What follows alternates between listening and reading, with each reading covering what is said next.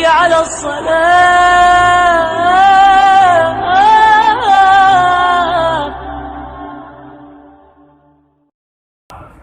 آپ حضرات کے سامنے تشریف لا رہے ہیں اس محفل کے اہتمام، اس محفل کے بہت ہی موسم اور مربی، بلکہ میں ان کی آمد سے پہلے یوں کہوں گا، نہ پوچھو تو خطابت میں کیا اثر رکھتا ہے، ارے نہ پوچھو خطابت میں کیا اثر رکھتا ہے، سنگے دل کو بھی موم کرنے کا ہنر رکھتا ہے. تشریف لا رہے ہیں پیر طریقت حضرت مولانا قاری امیر معاویہ صاحب نقشبندی.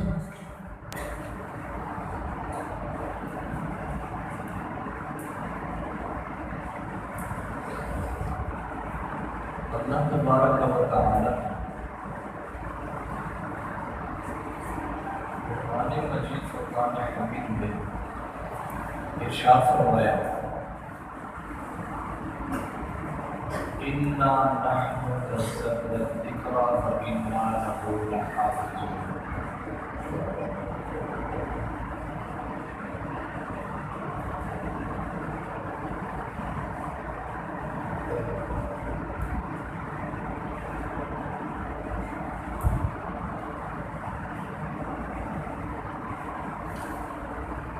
اِنَّا کا مطلب ہوتا ہے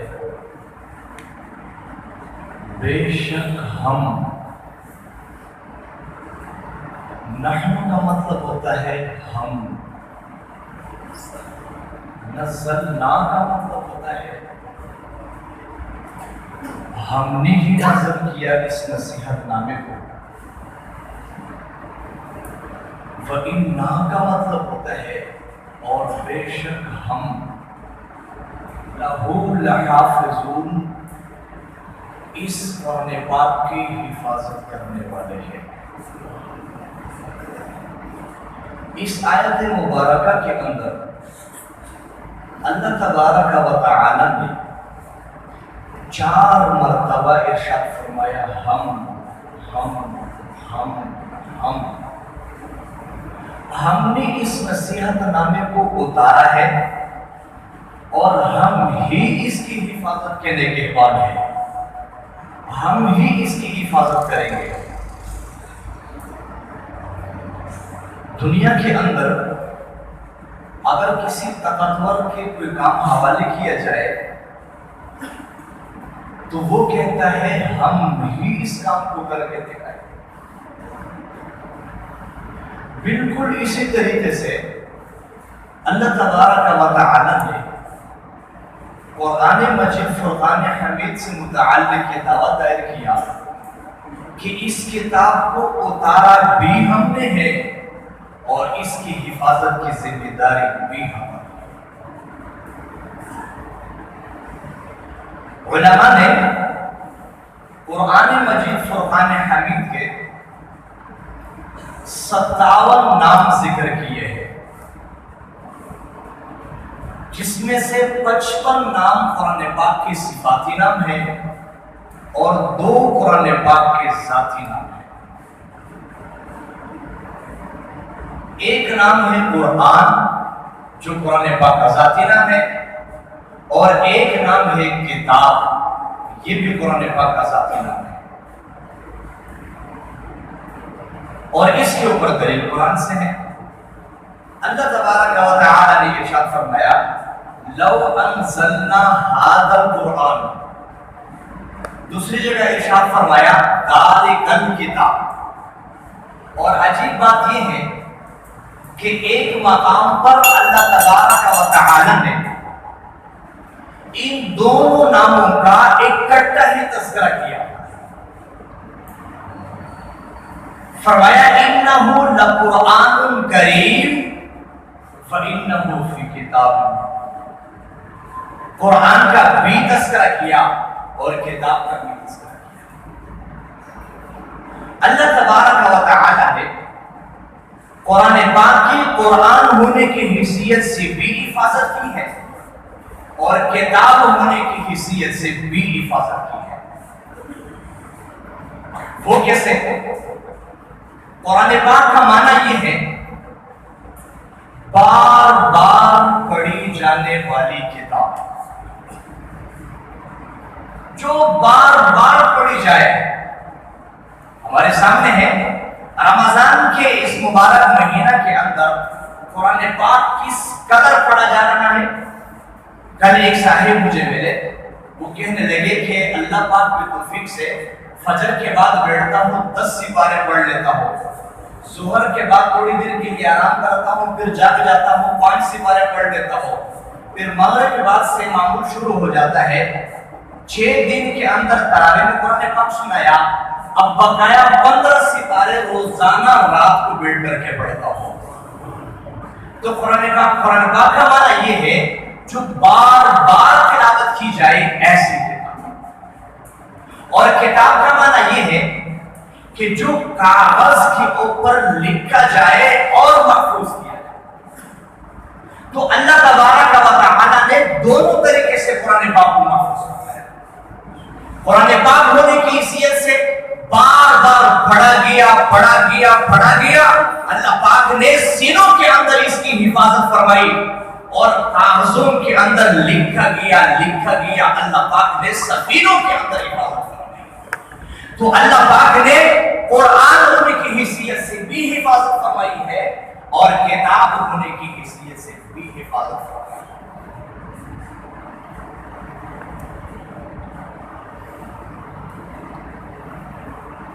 شروع سے لے کر آج تک قرآن پاک اپنی اصلی حالت میں موجود ہے اور مسلمانوں کے اوپر زوال کا وہ زمانہ بھی آیا ہے جس وقت پوری دنیا میں مسلمانوں کی حکومت نہیں تھی. تتاری فتنے کو وجود میں لا. بغداد کے اندر ایک دن کے اندر 2 لاکھ سے زائد انسان ذبح ہوئے. اتنے انسان ذبح ہوئے، اتنے مسلمان ذبح ہوئے کہ دریاؤں کا پانی سرخ ہو گیا. اور قرآن پاک اور لکھے ہوئے کتابیں دریا کے اندر اتنے بہائے گئے کہ ایک مہینہ تک دریائے دجلہ اور فرات کا پانی کالا نظر آتا رہا. اتنے کتابیں پانی کے اندر بہائے گئے، پل بن گئے تھے اور وہاں کے لوگوں کے سواریاں ان کے اوپر چلتی رہی ہیں. وہ زمانہ گزرا ہے. انگریز کی ہر ممکن کوشش تھی کہ مسلمانوں کے اندر سے قرآن پاک کو چھین لیا جائے، لیکن وہ حیران اس بات پر ہوئے جب ایک معصوم سا 7 سالہ بچہ ان کے سامنے سینہ تان کر کے کھڑا ہوا اور پھر بسم اللہ پڑھ کر کے شروع ہوا. الحمد کے الف سے شروع ہوا، فناس کے سین تک پہنچا. پورا قرآن پاک ان انگریزوں کے سامنے پڑھ کر کے سنایا. ایک صاحب کہنے لگے، ارے کتابوں میں لکھا ہوا قرآن پاک کو پانی کے اندر بہا دوں گے، لیکن جو سینہ قرآن پاک کا خزینہ بن چکا ہے وہاں سے کیسے نکال سکو گے؟ تو اللہ تبارک و تعالی نے اس کلام کی حفاظت کی ذمہ داری اٹھائی. اللہ پاک اس کلام کی حفاظت کیسے کر رہے ہیں، اس کے اوپر میں آپ کو ایک مثال دے کر کے بتا سکتا ہوں. اگر وقت کا بادشاہ یہ کمنٹسمنٹ کرے کہ ملک کی چاروں سرحدوں کی حفاظت میری ذمہ داری ہے، اب وہ بادشاہ بذات خود تو جا کر کے ملک کی چاروں سرحدوں پر پہرا نہیں دے گا. وہ کیا کرے گا؟ وہ ایک فوج تشکیل دیتا ہے اور آپ نے دیکھا ہے کہ فوج کے اندر چنے ہوئے لوگ رکھے جاتے ہیں. ہر بندہ یہ چاہے میں جا کے فوج میں بھرتی ہو جاؤں، ایسا ہو سکتا ہے بھائی؟ نہیں ہو سکتا، ایسا نہیں ہو سکتا.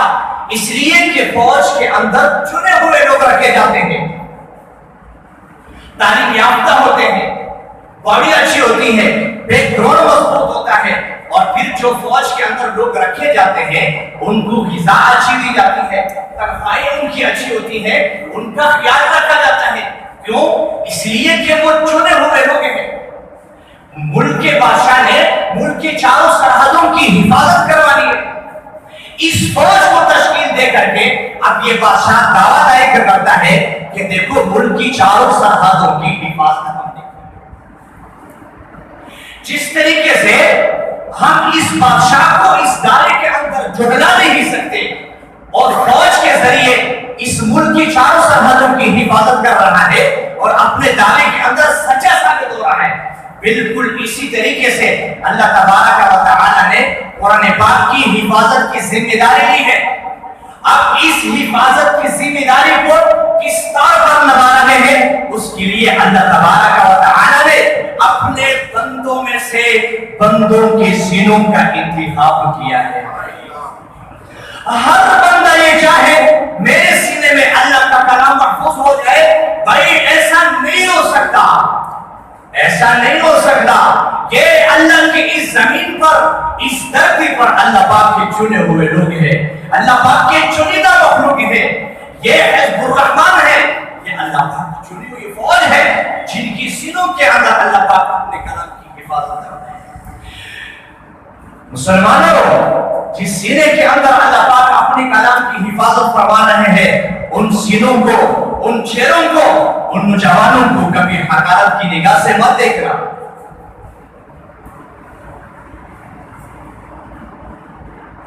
یہ قرآن پاک بہت بڑا خزانہ ہے، بہت بڑی دولت ہے میرے بھائیو۔ اللہ پاک کا کرم ہے کہ ہمیں یہ کتاب عطا فرمائی ہے۔ ہر لحاظ سے اللہ پاک نے اس کی حفاظت کی۔ ایک یہودی مسلمان ہوئے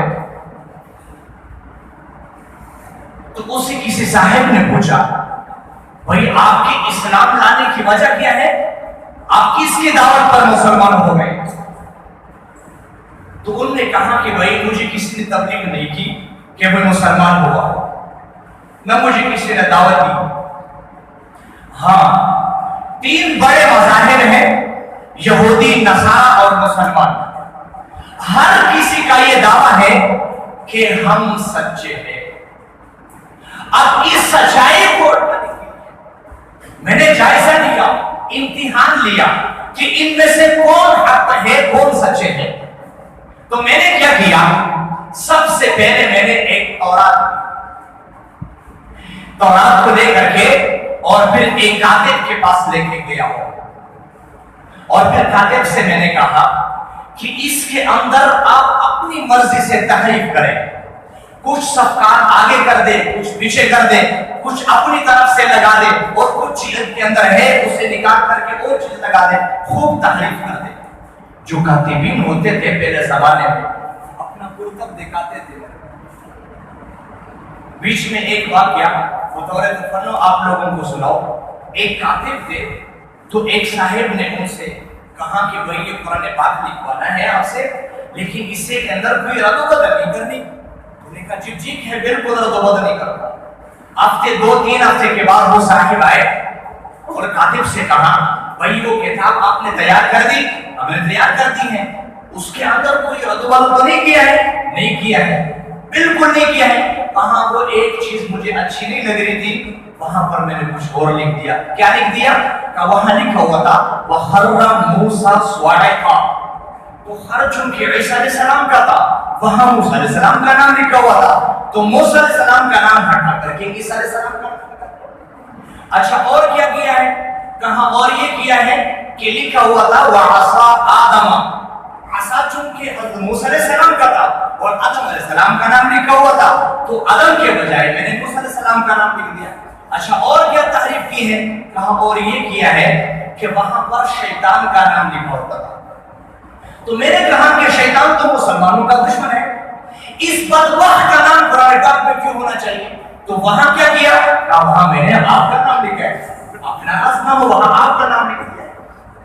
اور کیا کیا ہے؟ کہاں اور فرعون کے نام تھے، نمرود کے نام تھے، تو وہ مجھے اچھے نہیں لگے، وہ بھی تو مسلمان اور انبیاء کے دشمن تھے، ان کے نام ہٹا دیے۔ وہاں کیا کیا؟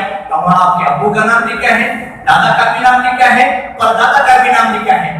تو میں عرض کر رہا تھا کہ جو کاتبین ہوتے ہیں وہ اپنا کرتب ضرور دکھاتے ہیں۔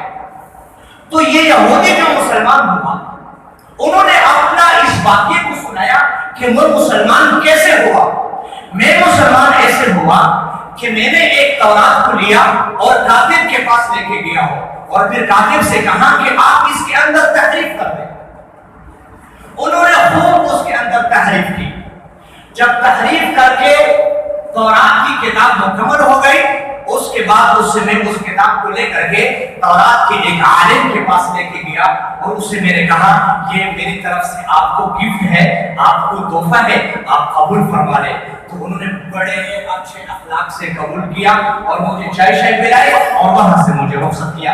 2 سال تک میں نے انتظار کیا، اس صاحب کا کوئی پیغام نہیں آیا۔ میں اس نتیجے پر پہنچا کہ یہ کتاب اصلی شکل میں موجود نہیں ہے اور ان کے ماننے والے سچا مذہب نہیں ہے۔ اس کے بعد پھر میں نے ایک انجیل کو لیا، انجیل کو کاتب کے پاس لے کے گیا اور جا کے ان سے وہی باتیں کہی، اس کے اندر تحریف کر دے، تحریف کر کے میرے حوالے کر دیا۔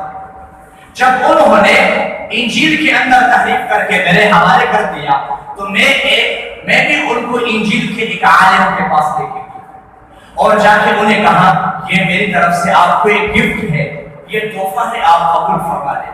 بڑے خوشی سے انہوں نے قبول کیا۔ 2 سال تک میں نے انتظار کیا، ان کی طرف سے کوئی رد عمل نہیں آیا۔ تو میں اس نتیجے پر پہنچا کہ یہ بھی محفوظ کتاب نہیں ہے اور ان کے ماننے والے بھی سچا مذہب نہیں ہے۔ اس کے بعد میں نے قرآن پاک کو لیا اور کاتب کے پاس گیا اور پھر اس سے میں نے کہا اپنے مرضی سے تحریف کر دے، کچھ صورتیں آگے سے اٹھا کر کے پیچھے لگا دے، وہاں سے اٹھا کر کے آگے کر دے، آیات آگے پیچھے کر دے، رکوع آگے پیچھے کر دے، صفحات آگے پیچھے کر دے۔ اور انہوں نے اسی طریقے سے کیا اور میں اس قرآن پاک کو لے کر کے ایک مسجد میں گیا، وہاں ایک حافظ صاحب بیٹھے ہوئے تھے مصلی کے اوپر، جا کر کے قرآن پاک ان کے سامنے رکھا اور میں نے کہا یہ آپ کو میری طرف سے ہدیہ ہے، یہ گفٹ ہے آپ کے لیے۔ تو اس صاحب نے قرآن پاک کو بجائے کہ وہاں ممبر پر رکھ دیتے، فوراً میرے سامنے قرآن پاک کو کھولنا شروع کر دیا اور ایک ایک ورق کو پلٹنا شروع ہو گیا اور جس طریقے سے وہ ورق پلٹ رہا ہے اسی طریقے سے اس کا چہرہ متغیر ہوتا جا رہا ہے۔ میں دیکھ رہا ہوں کہ ان کے ماتھے کے اوپر سے پسینہ بہنا شروع ہو گیا۔ تھوڑی دیر کے بعد انہوں نے قرآن پاک کو زور سے بند کیا اور ممبر پر رکھا اور مجھے کہا آپ ٹھیک ہے یا پاگل ہو؟ تو میں نے کہا حافظ صاحب کیا ہو گیا؟ تو وہ کہنے لگے بھائی لکھتے ہوئے آپ جاگ رہے تھے یا سو رہے تھے؟ یہ آپ نے کیا کیا؟ تعریف کیا ہے اللہ کے کلام میں، رد و بدل کیا ہے، ظالم۔ میں نے کہا آپ مجھے سمجھائے تو صحیح، غلطی کیا اس نے؟ پھر انہوں نے قرآن پاک کو شروع سے پلٹنا شروع کر دیا اور ایک ایک آیت پڑھتا گیا، ایک ایک غلطی بتائی۔ اس وقت میں نے کہا کہ حافظ صاحب میں آپ کے پاس گفٹ نہیں لایا بلکہ میں آپ کا امتحان لینے آیا تھا، آپ کو فتح کرنے آیا تھا، لیکن آپ کے ہاتھوں فتح ہو چکا ہو، ہاتھ بڑھاؤ میں کلمہ پڑھ لیتا ہوں، مسلمان ہو جاتا ہوں۔ خود لکھتے ہیں جب قرآن پاک کو اس انداز سے میں نے پایا تو میں اس نتیجے پر پہنچا کہ واقعی اگر دنیا کے اندر کوئی کتاب محفوظ ہے تو وہ واحد قرآن پاک ہے اور اگر کوئی مذہب سچا ہے تو وہ دین اسلام ہے۔ ہم اس بات پر اللہ کا شکریہ ادا کرتے ہیں اور احسان مانتے ہیں کہ اللہ تبارک و تعالی نے ہمیں مذہب اسلام عطا فرمایا ہے، کتاب ہمیں قرآن عطا فرمایا ہے۔ اللہ اکبر کہتے ہیں۔ تو میں عرض کر رہا تھا کہ اللہ تبارک و تعالی نے قرآن پاک کو نازل فرمایا اور نازل ہونے کے ساتھ ساتھ اللہ پاک نے اس کی حفاظت کی ذمہ داری۔ اب سوال یہ پیدا ہوتا ہے کہ دیگر بھی آسمانی کتابیں اتری ہیں، کتنے سارے کتابیں اتری ہیں، لیکن کسی کتاب کے متعلق اللہ تبارک و تعالی نے یہ نہیں فرمایا کہ اس کتاب کو اتارا بھی ہم نے ہے، حفاظت کی ذمہ داری بھی ہماری۔ لیکن جب قرآن پاک کی باری آئی تو اللہ پاک نے نازل ہونے کا بھی وعدہ کیا اور حفاظت کا بھی وعدہ کر دیا۔ یہ ایسا کیوں ہوا؟ اس کا جواب سن لیجیے۔ اس کا جواب یہ ہے کہ دیگر جتنے بھی کتابیں اتری ہیں وہ انسانیت کے نام ایک پیغام تھا۔ قرآن پاک انسانیت کے نام پیغام بھی ہے اور پیغام کے ساتھ ساتھ اللہ کا کلام بھی ہے۔ اس کلام ہونے کی وجہ سے اللہ تبارک و تعالی نے اس کی حفاظت کی ذمہ داری۔ اب اللہ تبارک و تعالی اس کی حفاظت کی ذمہ داری کہاں پر دبا رہے ہیں، کس جگہ پر پوری فرما رہے ہیں، اس کے لیے میں پہلے عرض کر چکا ہوں کہ اللہ تبارک و تعالی نے اپنے بندوں میں سے بندوں کا انتخاب فرمایا ہے۔ بہت بڑی دولت ہے بھائی، بڑا خزانہ ہے بھائی۔ ہم نے گھروں کے اندر دیکھا ہے، ہمارے گھروں کے اندر قیمتی چیزیں کیا ہوتی ہے؟ خواتین زیادہ جانتی ہے نا، زیادہ جانتی ہے نا، ان کے پاس سونے چاندی کی جو چیزیں ہوتی ہیں، ہمارے خواتین اس سے سنبھل کر رکھتی ہیں۔ کیوں؟ انہیں پتا ہے کہ یہ قیمتی خزانہ ہے، یہ قیمتی اثاثہ ہے، یہ بہت بڑی دولت ہے۔ اگر خدا نہ خواستہ کبھی سیلاب آنے کا خطرہ ہو، یا چھت کے گرنے کا خدشہ ہو، یا گھر میں آگ لگ جائے، اس کا خوف لاحق ہو جائے، تو ہمارے خواتین کے سب سے پہلے نظر اس بکس کے اوپر ہوتی ہے جس کے اندر سونا چاندی کی چیزیں پڑی ہوتی ہیں۔ کیوں؟ اسے پتا ہے یہ قیمتی چیز ہے۔ اگر گھر سے باہر بھاگنا بھی پڑ جائے تو خواتین اس ڈبے کو ہاتھ میں لے کر کے بھاگی، اس کے اندر قیمتی خزانہ ہے۔ جس طریقے سے ہماری خواتین اس قیمتی خزانے کو چھت کے نیچے دبنے سے بچاتی ہیں، پانی کے اندر بہہ جانے سے بچاتی ہیں، آگ کے اندر جل جانے سے بچاتی ہیں، بالکل اسی طریقے سے اللہ تبارک و تعالی جس سینے کے اندر اپنے کلام کی حفاظت فرما رہے ہیں، کل قیامت کا دن ہوگا، اللہ تبارک و تعالی اس سینے کی حفاظت جہنم کی آگ سے فرمائے گا۔ جس سینے کے اندر اللہ کا کلام محفوظ ہو گیا، میرے بھائیو، یہ پکی ٹکی بات ہے، وہ سینہ جہنم کا ایندھن نہیں بن سکتا ہے۔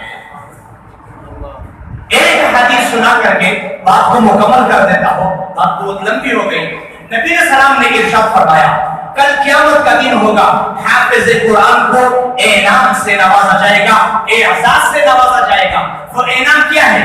وہ اعزاز کیا ہے؟ حافظ قرآن کو بلایا جائے گا، سامنے کھڑا کر دیا جائے گا، اور پھر اسے انعام دیا جائے گا۔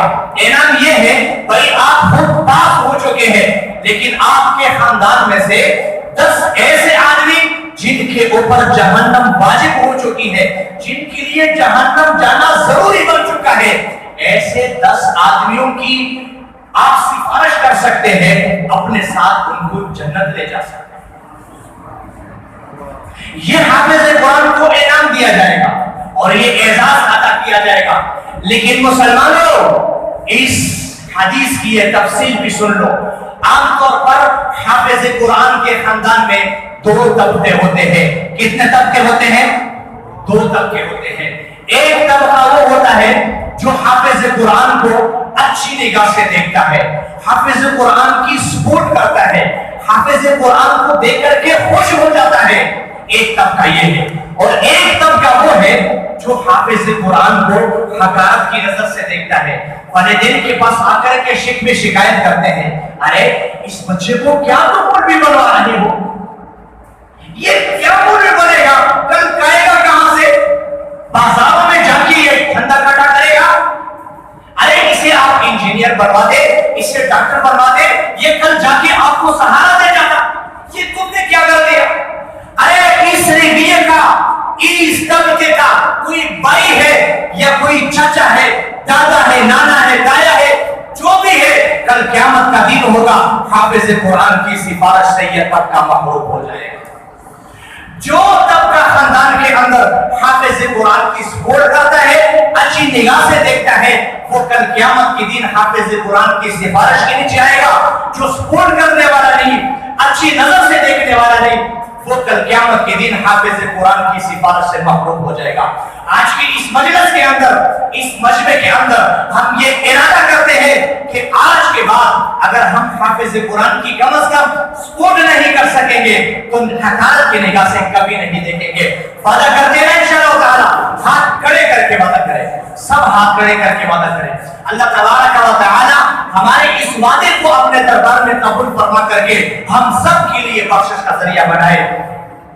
وقت کافی ہو چکا ہے، اللہ تبارک و تعالی سے دعا کرتے ہیں جن حفاظوں نے قرآن پاک اس مصلی پر کھڑے ہو کر کے سنایا اور سامعین نے سنا، اللہ تبارک و تعالی ان حضرات کے پڑھنے کو اور پیچھے سامعین کے سننے کو اپنے دربار میں قبول فرمائے۔ انسان ہونے کے ناطے جو کمیاں کوتاہیاں ہوئی ہے، اللہ آپ مہربان ذات ہے، کریم پروردگار ہے. اللہ آپ کو آپ کے قریبی کا واسطہ یا اللہ جو کمیاں کوتاہیاں ہوئی ہے انسان ہونے کے ناطے معاف فرما دے. ہم اللہ پاک سے اب دعا کریں گے انشاءاللہ تعالی. ایک تو تاکرات ہے، رمضان کا مہینہ ہے، قرآن پاک کے اختتام کا موقع ہے. اپنے پروردگار کے سامنے جھولیاں پھیلائے. انشاءاللہ اللہ پاک سے قبیل امید ہے جو مانگیں گے پروردگار عطا فرمائیں گے.